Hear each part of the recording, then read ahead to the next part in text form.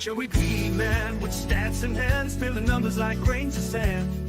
Fancy talking about diamond dreams, chasing players, whispering their schemes. Oh, Welsh, breaking it down real slow, voices howling in the radio's glow. Talking monsters on the baseball field, wizards swinging bats and magic shields. Fantasy baseball in the night, podcasters giving us that sight. Question marks and stars collide. Dreams of glory never hide. Welcome in, everybody, to Fantasy Pros MLB. This is Leading Off Live, brought to you by Bet365. Bet $5. Get 150 in bonus bets when you use the promo code Leading Off. It's me, Joey P. That's the Welsh. And it's you, the Peanuts and the Cracker Jacks, the special attraction here on the show. Welsh, no matter how tired I might be on a Monday, there's something about that peppy little tune. Puts a little kickstart in my step. That's what it does. I do like you can tell the people that maybe haven't been around for a couple days in the chat when you played it, and they're like, what is going? Mr. Buster obviously has not been around for a little bit, so I like every time it seems to surprise a person or two. It's cool. It is great. It's our theme song for the year, and we will have something new next year. Is what we always do here around these Maybe parts. sooner. But a lot to get to. Some sticky situations, and also some good, the bad, and the ugly, some injury issues. I think we got to talk about the Dodgers too. And I don't know. I mean, they can keep winning games right now, but I'm looking at that long-term rotation and some of the other injuries, and I'm getting a little worried about the Dodgers, Welsh. But let's start instead with the headlines of something good, something that we kept saying was due to happen, and it finally did. Now, it was against the Oakland A's, but still 14 strikeouts is 14 strikeouts, Welsh. Pablo Lopez had himself a banger, 8 shutout innings against the A's. This is what we've been waiting for. We finally got it. Welsh, this was great to see. The xERA has always been so much better all year than the ERA. He kept having these bad starts, bad luck, all these bad. It was nothing but good yesterday for Pablo. Oh, yes. He has been the number one buy. And so many people online, because it's like we're not the only ones talking about it. Plenty of people. I see, Towers and them and CBS just getting annihilated by talking about it. Like multiple of us are looking, because when you look at the outlying metrics, there was so much that was telling us this is not going to last. Plus, not walking guys. The Ks are still there. And this, like you said, this is an A's situation. So what do I always say? What does that mean in real baseball terms? Striking out 14 against the A's, it's like striking out like 9 against the Brewers. And it's still a really great performance, 100%. In this start, fastball velo was up almost a mile per hour on the year. So he was a little bit jacked up there. He had 10 whiffs on the fastball alone, 19 total for a 35% whiff rate. He had a 31% CSW, so called strikes with whiffs. He looked great. And I think you're gonna be able to take this run, this confident start, and carry it over to, like I said, a guy that had a 2-run differential between his expected and his actual ERA, and a lot of other things that told us this great story. The buying opportunity has now officially altered. It has changed. He still has a 5 ERA, and he has a 3.25 expected ERA. But what the buy looks like now is a much different situation, because he struck out 14. You can still do it. I love it because I'm a Pablo fan. Yes, as am I. So good to see him get back on track. How about Luis Severino dropping a double-digit K game too? 6 innings shutout baseball against the Cubbies. First, the Mets beat up Shota Imanaga on Friday night and beat him soundly. I mean, that was, talk about things I did not have in my bingo card. That was definitely one of them this weekend. And then Severino dropping 10 Ks. That was pretty cool. That was pretty wild. Did you also see they did? I'm a huge on-field interview fan guy. Like, give me a mic on a player while they're playing. It's always the future of baseball. They should do it all the time. We should have more featured. I mean, unfortunately, we can't have any featured game, the ESPN, whatever it is, Thursday night game, Wednesday night game anymore, because it's on stupid Apple TV, or it's over here, or this is blacked out, blah, blah, blah. It's all nonsense. So nothing is featured anymore. But I think they should always talk to players. And they talked to Pete Alonso. I think it was on Saturday. They asked him, who would you rather go on a walk with? And they had a reason behind this. Frank the Tank, who is a barstool guy, he's a 400-pound guy. Frank the Tank, and he's a notorious Mets fan who hates everything, or Grimace. And Pete Alonso did not hesitate with going, oh, Grimace. He's like, Grimace helped us get to those 7 wins. And if we can get Grimace back out there, I'm hanging with Grimace all day, every day. So shout out to Grimace again, the mascot of the Mets for 2024. It's all about the Grimace, baby. Yeah. And it's sad. Pete Alonso's going to get traded, by the way, by all indications. They did an executive poll, and he was one of the top players that's going to get moved in the next month. You say good? Good. You know why? Because look, it's not that I don't like Pete Alonso. He's a good dude. He does a lot of good things in the community. Pete Alonso is not going to make this team a winner in the next 3 years. Like, he's not. His stats are going in the wrong direction. His age is going in the wrong direction. And if you can get a haul for Pete Alonso, it's going to make you a sustainable, good team, which is something the Mets haven't been.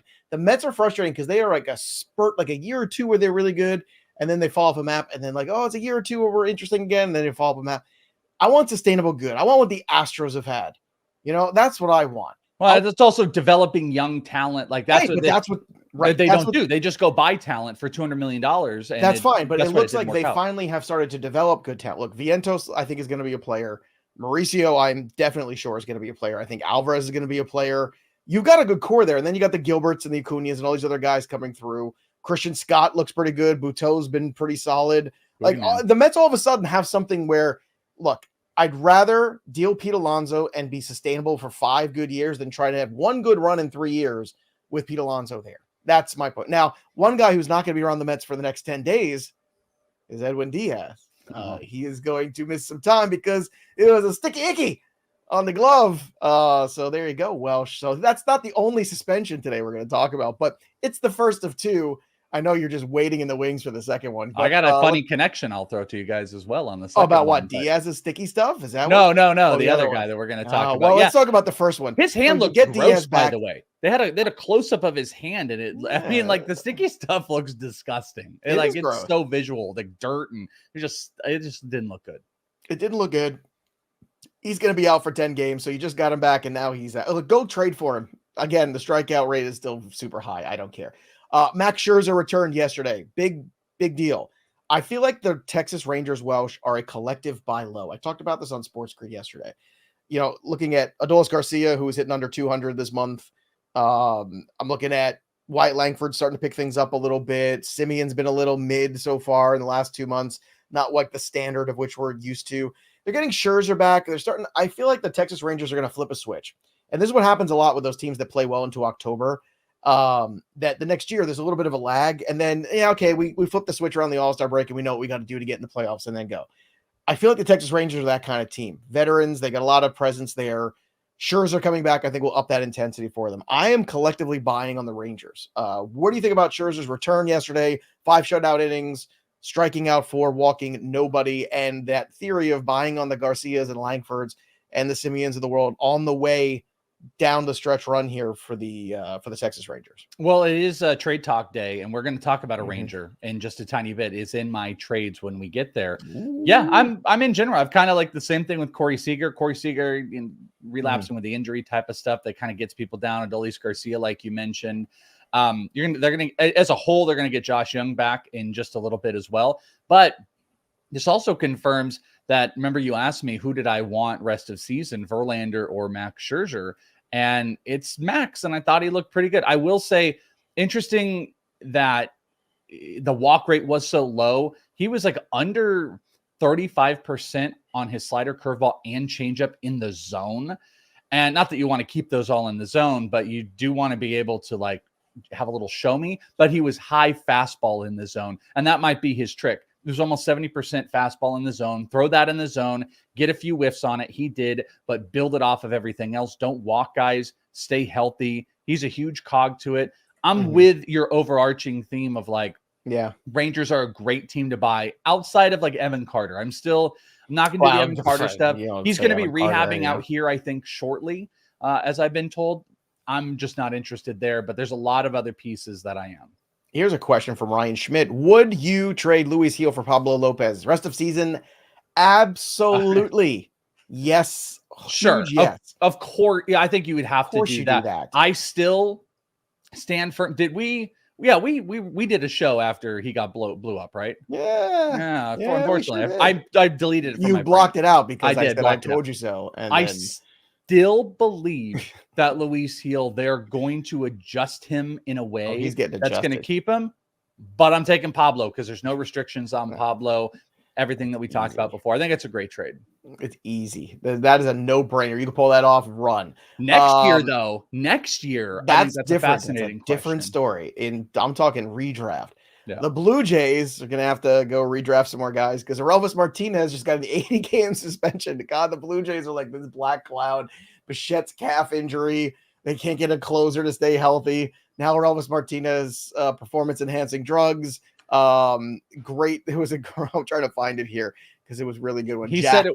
Oh, Elvis has left my lineup. That was great. That was Jack A+, buddy. That's a well, great Jack is a superstar, by the way. You would love Jack, by the way. East Coast guy. I love Jack already. No, he does the parody songs on ITL. Oh, I know Jack. I know who Jack is. Jack from the parody songs. Yes, yeah, Jack Boy. Jack Boy's on the Twitter. Go follow him, or Jack Boy's parody. Go follow him. He's good people. Very entertaining fellow. Two interesting things about one, anti-Aurelvis. You promised Martinez me guy two over interesting things. Now you downgraded to one so fast. No. I'm going to give you two. I just wanted to say, not Aurelvis Martinez guy. So win for me. Yeah. Number one, it was a fertility drug that he said he was taking for him and his wife. So interesting that they did no research to know that would affect your job, but he says it was a fertility drug that popped. It is a performance-enhancing drug. Second, just gonna throw this out here. Is that the reason too? I didn't see that. That's what he said. He said it was due to a fertility drug. If that's the case, he should go appeal that and win because, well, I mean, look, if it's some sort of fertility issue and he's trying to, have a family or something like that, if it's an excuse, it is one of the most clever and #worst excuses ever too. What a shady way to try to go around about that. But I mean, I've had numerous friends in my life who really struggled to have kids, and if they want a family and that's the reason, that's ridiculous. That shouldn't. Yeah, no, I mean, it would almost be like, hey, it's great. It would be really good to have someone working around you that could properly put you in a situation where you don't get suspended and lose a bunch of money. If only there were doctors around Major League Baseball that you could get salted anything. Or if there's just someone that had experience with it and was really good at telling, hey, this is a good thing to say. I'm just saying, I don't know. Just saying. Well, but he'll be back in September, hopefully baby and all. No, he won't be back in September. Not with 80 games. Well, yeah, I think that's what they said. I think he said he'd be back in September. Yeah, he's excited to be back in September and play. I wanted to show you a picture. I can't find it. You got to see Aurelvis's dad, by the way. Okay, I don't know what you want to show. No, I don't want to. About this conversation. No, but go look up Aurelvis's dad. By the way, inner workings of the vast deference, everybody. Yay! Welcome. Happy Monday, everybody. Paul Skenes struck out 8, by the way, against the Rays. No decision for him. Some fun things. Fun, but the Yankees decided to pick up J.D. Davis, who's not special, and Oswald Peraza gets sent down. Also of note, Ben Rice was 2 for 3 on Sunday against the Braves. So I don't know how much the J.D. Davis addition matters, but I understand the move from the Yankee standpoint. Blake Snell, by the way, also not good in his first minor league rehab start in AAA on Sunday. 2 runs, 3 hits, 3 walks, 1 2/3 innings, 0 Ks, no strikeouts there. A little rookie action before we get to the trade video to Mark Vientos. 7th home run. Very good. I'm telling you, I believe in him. We also got the Orioles planning to remote Heston Kjerstad again. So that's exciting, I think. Huge. And then James Wood, 2 for 5. Well, that'll be more exciting if they played him. And then James Wood, 2 for 5 with a solo homer there. So that is good. So Welsh is a good time of year too, where the teams know who they are, where you're at in the standings in your fantasy league. So this is a perfect time to really start looking ahead to all of the potential for trades. And we today are going to do just that. So let's start talking trades with the Welsh and Joey P. Welsh, who do you have for everybody this week? Well, you mentioned one of those names. How about we do go look at Joey's favorite AL Rookie of the Year bet and a player that qualifies under the Buy Rangers in Wyatt Langford. Obviously, Langford has started to pick it up. It took him until June to get the first homer that he actually hit over. Well, looking from June 1st on, so we're almost out of the month. So this is like a little over 3 weeks. Wyatt Langford is hitting .310 this month, 2 homers, 6 stolen bases. This is exciting for him too. A 17% strikeout rate compared to the season rate he's had which is around 20%. He's also been hitting 254 on the year. So Wyatt Langford, not just picking up some of the contact stuff, he's getting the ball in the air. He's doing the Bryce. This is, I call the Bryce Harper thing. When you're not hitting for significant power, you make up for it on the base paths. Bryce Harper did this for like 5 straight years. One year he wouldn't hit for homers. He stole a bunch of bases. Next year, boom, ball is flying. Ball is starting to fly. He's making good decisions. He's hitting the ball and not striking out. And those are the things that are going to put him in the middle of the lineup and going to make him more viable in that Rookie of the Year race. So it is a great time to buy Wyatt Langford still on the cheap, because also we all have that yucky taste of bad prospect production and no one working out. It's also kind of a good time to buy in. You don't need to trade for him, but pick up, as you mentioned, Heston, Kjerstad. Number 2, this is another outfielder who I don't think the name wows anybody anymore and doesn't have any excitement, but I think this is a great guy to get small trades done with right now. Washington's Lane Thomas. Thomas has had some injuries this year. He's had kind of a slow start across the year, but since June 1st, that's our marker today, hitting 293, has 5 homers, 2 stolen bases. And you want the epitome of a player that really is 5 tools. And 5 tools, especially in fantasy, is not just power and speed, but someone who's scoring runs, having RBIs. Lane Thomas has the 6th most runs scored, 17, since June 1st, and the 4th most RBI, 18, since June 1st. So he's hitting them in, he's scoring, he's got power, he's running, and he's got batting average. Lane Thomas, a great, probably like outfielder 3 you could buy that's performing at an outfielder 2 cost. Yeah, exactly. And then finally, just a third one. I know we've talked about him a decent amount, Joe, but Hunter Brown with the Astros. How good has he been the last 3 starts? Oh my God. And it all tied in to him starting to like take away his fastball, his four seam usage, and start using the sinker. And the sinker was just giving a different perspective into the zone, throwing it for strikes. It's just done wonders for him. And since that has gone up, June 1st, he has the 5th best K- walk percentage in baseball since June 1st at 24.7. He's got a 10.5 K per 9, an under 2 walk per 9, and a 1.44 ERA since June 1st. You could see that maybe he's a guy that you would want to sell on, except his swinging strike rate is up, the K- walk percentage, the walks are way down. It's not just it's not a vanity line. Like sometimes in short periods of time, guys will have these really cool vanity lines where it's like, ooh, the guy has an under 1 ERA and striking out a bunch. He's not just striking out, but he's also not walking anybody. He's maintaining. He's picking up wins, 3-0 in that period of time. So as much as he feels kind of like the sell, I think he's actually a great buy right now because people don't know quite what to do with him. So again, Wyatt Langford, Lane Thomas, Hunter Brown, those guys are at the tippy top of players I would be trying to go buy right now. Yeah, and Hunter Brown, last 3 starts, 19 innings, 22 strikeouts, 4 walks, a .47 ERA, and a .95 whip. Talk about turning things around for a guy that got dropped earlier in the year in a lot of leagues.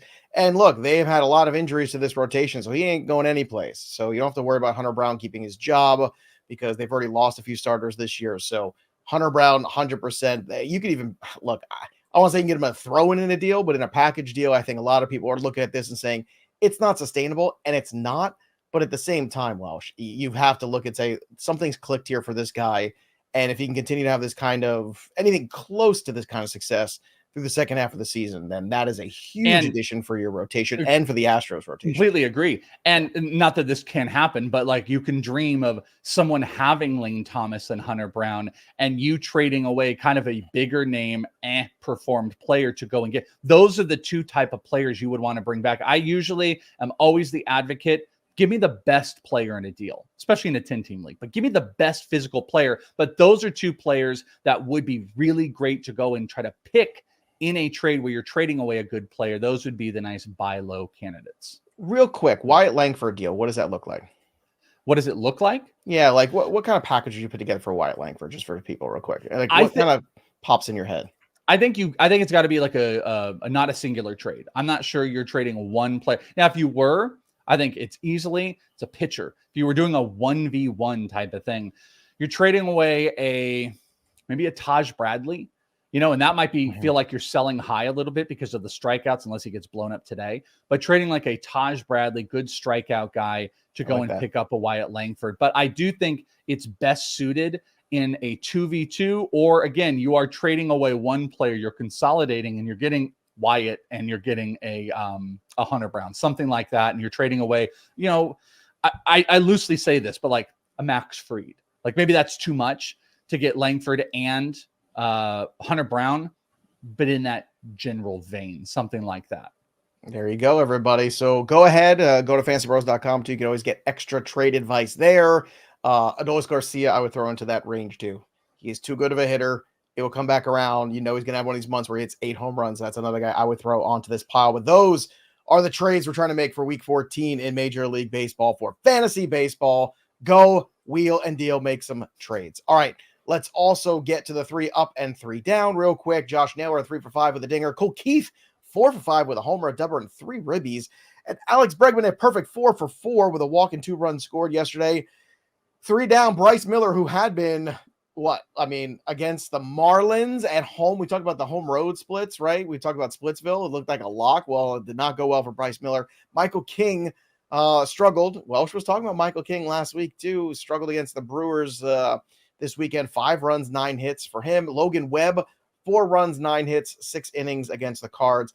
King is really a weird one because he has been very up and down. It's like every time he has one of these great starts, there's always that other one. Do you think that this is just the year of finding yourself? You go after college or something. You go. What is this, a walkabout? Hey, what are you saying? It's a walkabout. At a hostel in Nice for 6 months. Like, does Michael King just need this year to figure out what it is to be a starting pitcher? Did you do that, by the way? I know I've never been overseas. No, I went to school in England, but I did not have necessarily a year where I just of discovery. And my discovery was moving to LA and being around Slash and Ziggy Marley. That wasn't that'll do. I mean, geez, I did feel like I was in the hills. That's like 3 years. If you being around Ziggy Marley, you do feel like you're in another world and something like that. But no, yeah, I think the easy answer is yes. Michael King was a pseudo starter last year, moving from relief. This is his first full year as a starter. The bumps and the bruises have been pretty apparent. But I will say this. I feel like he feels worse than he's actually performed. I think when you think of Michael King, you're like, oh yeah, it's been kind of a bumpy road, But the guy's got a 3.7 ERA. He's got quite a bit more strikeouts than actual innings pitched. He just hasn't picked up wins with this team. He's 5-5 right now. I think there's a lot to be optimistic about. He has given up bottom 10 percentile of the league hard hit numbers. So he's not getting hit hard. He's got a 27% strikeout rate. The walks have now hit under 10%. He's still just kind of vibing over that June 1st marker. He's been one of the best pitchers in baseball, even with one of those bad outings. Yeah, redraft, it's like a tiny bit bumpier. I think he's a little bit above having to care about the performance, who he's going against. Like maybe you don't want to play him against Colorado, but he's a great dynasty buy. I think he's a great dynasty buy. I think he's got like Aaron Nola upside. Like he's never going to be quite the best guy in the rotation, but he could be that guy where he's like, he's going to have some bad starts, but he's going to have some good runs in him or some really great games. I don't know if I'll ever find the consistency to be a true ace. I don't think that seems like he's built for that necessarily, but strikeout rate's very high. Since May, May, he has had an under 3 ERA, a 3 ERA in May and a 2.93 ERA this month. So it's been half of the season sub 3 ERA is. Let's see how he finishes too. That's another guy too. That's the big key. Yeah, huge one there. Mike wants to know, can I drop Joe Hendry? You never drop Joe Hendry. Do you know who that is, Welsh? What I believe would be Yohendry Vargas in Dynasty, but that's not spelled like that. I don't know who Joe Hendry is. Joe Hendry is actually he's a wrestler, international guy. He's a British fellow. He wrestles in Impact Wrestling, which is now TNA again, where our good friend Eric Young wrestles. He is basically has this I guess you would call it just like a viral sort of entrance or what have you. It's very fun. I'm going to show what it. Is he? Was he hawk to it in the entry? What is he? What do you mean? He does not hawk to it. By the way, everybody, before I show you the Joe Hendry video, in case you've never seen it, it's very entertaining. He's like his character, his gimmick, he's like a motivational speaker. Like, I'm Joe Hendry, I can do anything. Very charming, charismatic guy, very funny. Also charming, charismatic. The Worm and Mike Mayer on the cycle. Check out the cycle, boys and girls. It is a really good time. You want to check out the cycle every single Thursday that bad boy drops. No, it's not them for like a month. They're not together. Actually, I might be on the cycle this You're going to week. be doing it? I know. I don't. Kelly was Maybe in there a little bit. Just listen to the cycle. It's good. It's on the audio only side, so you can go check that out. But Welsh, this is the Joe Hendry song, and I want you to hear it. So it's very entertaining. Joe Hendry is very charming. This is his like entrance music video. We're gonna get copyrighted. So, all right. No. It's good. We're just playing it on the show. It's a couple seconds. Say his name and he appears. I believe in Joe Hendry. I believe in Joe Hendry. Kind of motivate. Cause they love him in London and Paris and Tokyo, America, Scotland and Canada and Mexico. They say, I believe in Joe Hendry. I believe in Joe Hendry. Yeah, there we go. The car kicks in. Let's go. I mean, this is amazing stuff right here. All right. So good. Wave your hands from side to side and say, oh, I believe in Joe Hendry. All right. Well, you know, he looked like Aaron Rodgers, by the way. He's got like a weird quality. No, he looked like blonde, dyed-haired Aaron Rodgers. You gotta admit the Joe Hendry video pretty. Oh, it's a great video. I'm motivated, but I'm telling you, you put him and Aaron Rodgers in a room.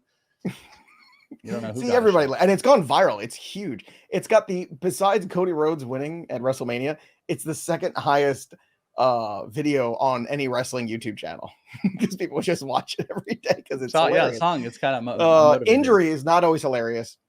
Some of them are. Kodai Senga threw 22 pitches in a successful bullpen session yesterday, so we'll see how that goes. David Fry, day to day, his right elbow bothering him, so he's come down a little bit to earth recently too. Fernando Tatis was out of the lineup on Sunday. They said he was available, triceps, quad. He's gonna beat up a little bit. We'll see. We asked this yesterday, and we got an answer. The baseball gods are listening. Matt McClain is close to resuming swinging a bat, Welsh. There you go. Your first Matt McClain news in forever. That's amazing. I want to go to the Reds complex. He's probably hanging out there. I believe in McClain. Yeah. Taiwan Walker. Matt McClain. Bang, bang. The guitar solo thing is just so good. He's on the mountain. Really it's just great. That's going to be in your head all day. It's kind of like our AI song. I think AI made that. That was amazing. It probably did. Phillies put Taiwan Walker on the IL with a right index finger inflammation. Giancarlo Stanton goes on the IL. This was really annoying. Welsh, really annoying because if Dominguez had just been healthy, this would have been it. Like this would have been Dominguez territory. I think I literally said this. I'm like, Giancarlo Stanton's going to get hurt and Jason's going to come up, pick him up. This is why you want him. And we got the official word, by the way, Dominguez out for 8 weeks. So brutal. Yeah, drop him. I mean, that's it. Drop him fast. We also had Brennan Lau, broken right pinky toe, but he's going to play through it because nothing you could really do for that. I don't think he's going to play today, but we'll see. Ahmed Rosario. Well, this was a scary one too. Got hit by Jared Jones' pitch over the weekend. Not good, but he is okay, which is very good. Apparently, Eloy Jimenez is getting activated today, Welsh. So over under on the 40 time pitcher down to first base. Joe, I think you might have missed this. He was activated this weekend, and I think he's going back on the IL.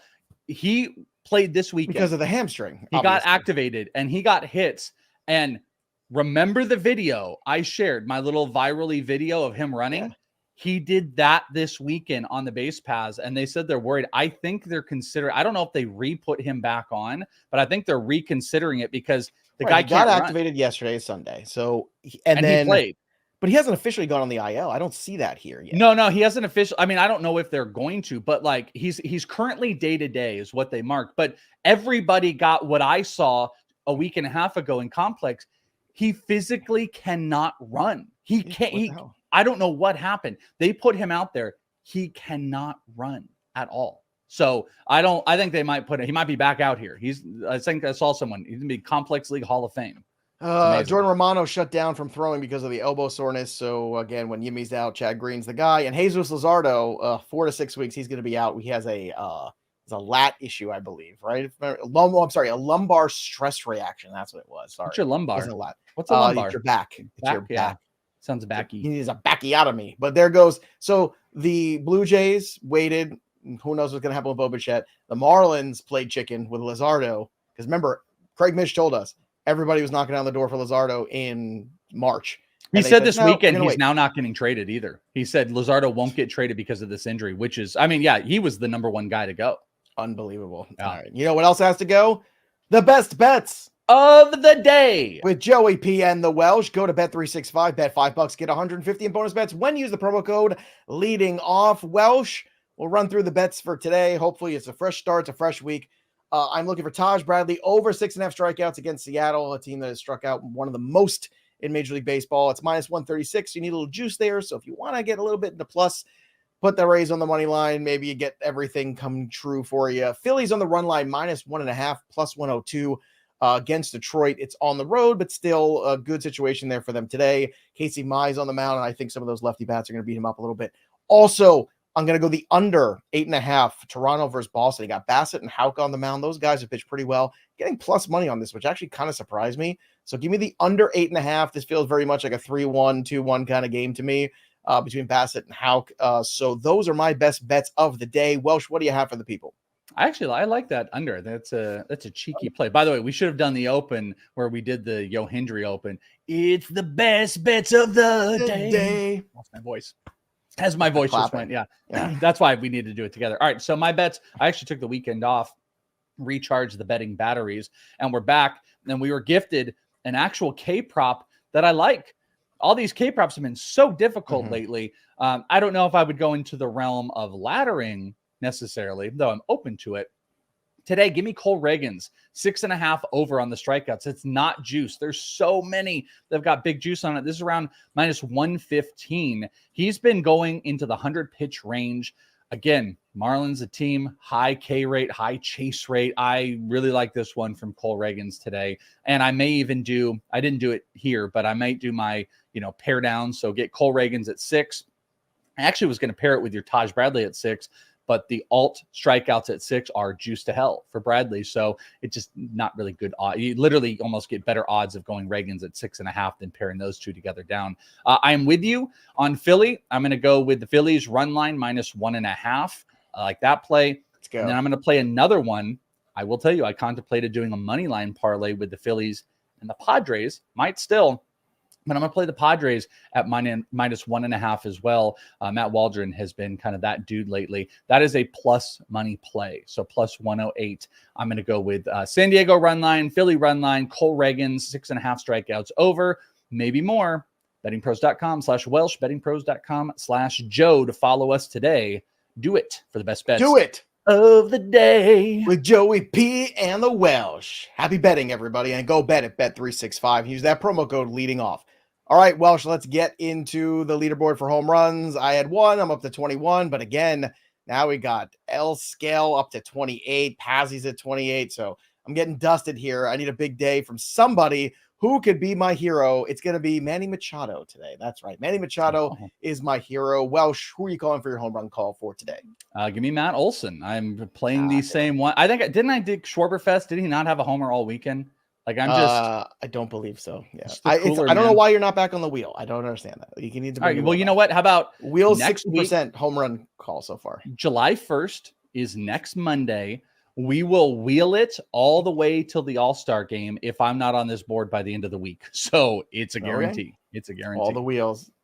Great stuff today, by the way, from the Peanuts and the Cracker Jacks. We're happy to be back here on a Monday. We'll be back again tomorrow, same time. Join us live here on the show. And, of course, subscribe to the YouTube channel for all the great content here at FantasyPros MLB. That'll do it for us. But the story of the game goes on. For Welsh, I'm Joey P. We'll see you next time, kids. I believe in Joey P. You believe in leading off. Clap, clap.